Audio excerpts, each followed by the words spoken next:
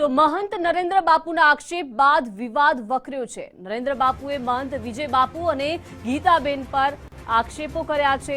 તો મહંત નરેન્દ્ર બાપુના આક્ષેપ બાદ આ વિવાદ વકર્યો છે।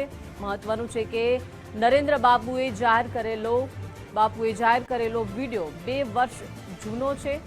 નરેન્દ્ર બાપુના આક્ષેપને લઈને ગુર્જર ક્ષત્રિય યુવા સંગઠન मैदाનમાં જોવા મળી રહ્યું છે। નરેન્દ્ર બાપુએ જાહેર કરેલો વિડીયો 2 વર્ષનો હોવાનું છે। વિડીયો તોડી મરોડી રજૂ કરવામાં આવ્યો હોવાનું જણાવવામાં આવ્યું છે।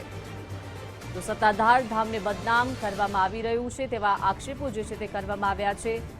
સાથે સાથે ગુર્જર ક્ષત્રિય યુવા સંગઠને સુરત જિલ્લા કલેક્ટરને આવેદન પણ પાઠવ્યું છે।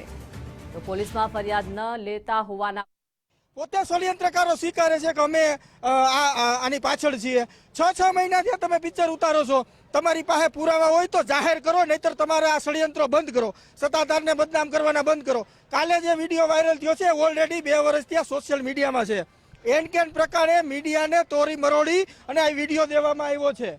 અને બીજી વસ્તુ કે જે મિલન બારોટ જ્યાંથી વિવાદ ઉત્પન્ન થયો, એ મિલન બારોટ 1-2 વર્ષથી તમારે ત્યાં ઓટલે રહ્યો છે। આજે નરેન્દ્ર સોલંકી જે ભાજપનો નેતા છે એટલા માટે એ ફરિયાદ લેવામાં નથી આવતી, એટલા માટે બીજેપીના નેતાઓના કારણે એફઆઈઆર દાખલ નથી થતી। આનો જવાબ અમારે સરકાર પાસે જોઈએ છીએ। અને જે લોકો ષડયંત્રની પાછળ છે અને જે લોકો સ્વીકારે છે એના ભૂતકાળના ગુનાહિત ઇતિહાસ તપાસો, એટલે સરકારને પણ ખબર પડે કોણ સાચું ને કોણ ખોટું। ગરબા રમતા વિડીયો છે જેમાં કોઈ જાતની એવી કોઈ છે ને જે લોકોએ અત્યારે હાલમાં 2 દિવસ પહેલા પોતાની પ્રસિદ્ધિ માટે અને સત્તાધારના સંતને બદનામ કરવા માટે મીડિયાની છેડછાડ કરી અને મીડિયા દ્વારા પ્રસિદ્ધ કરેલો તે વિડીયો સાવ જૂઠાણો છે।